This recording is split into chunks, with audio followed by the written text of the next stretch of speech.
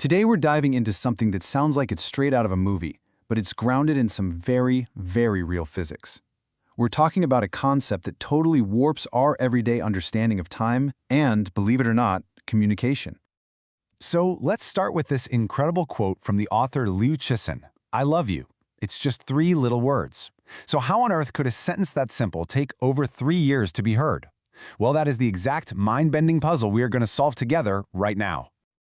I mean, it just sounds impossible, right? Your first thought might be, is it a bad connection, a really slow download speed? Nope.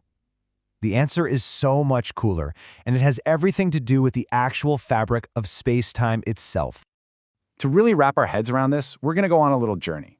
Let's set up a thought experiment to take this super abstract idea and make it feel real. We're going to send a message across the stars and see what actually happens to it.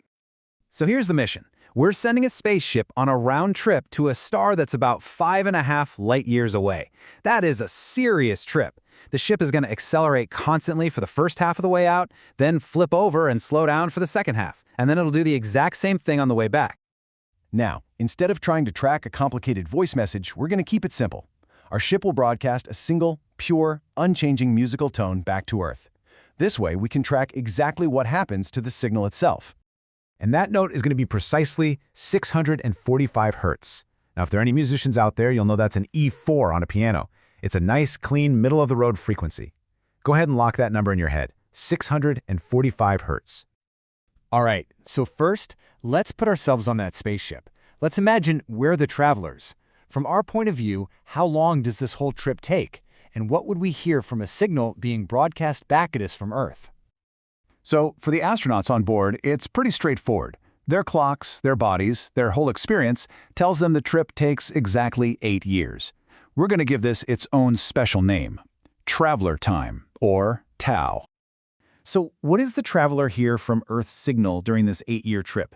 Well, for the first 2 years, as they're speeding away, that note gets lower and lower and lower. At that 2-year mark, when they flip the ship around to start slowing down, the note hits rock bottom. By the time they arrive at the star system 4 years in, the note is magically back to normal.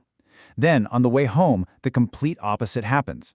The pitch climbs higher and higher, peaking at the 6-year mark before finally coming back to normal right as they get home at the end of year 8. And just look at how dramatic these changes are. That perfectly pleasant 645 hertz tone from Earth drops all the way down to a deep, bassy 98 hertz rumble.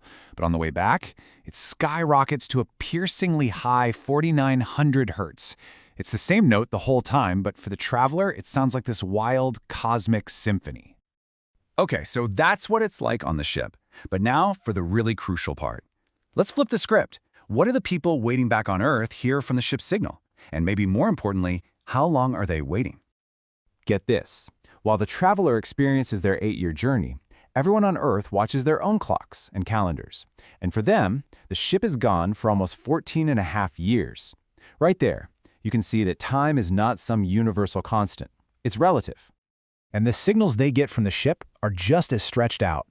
Remember how the ship turned around at its 2-year mark?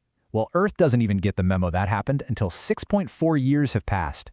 And the signal confirming the ship actually reached the star, an event that happened at the traveler's 4-year mark, that doesn't arrive on Earth until year 12.8.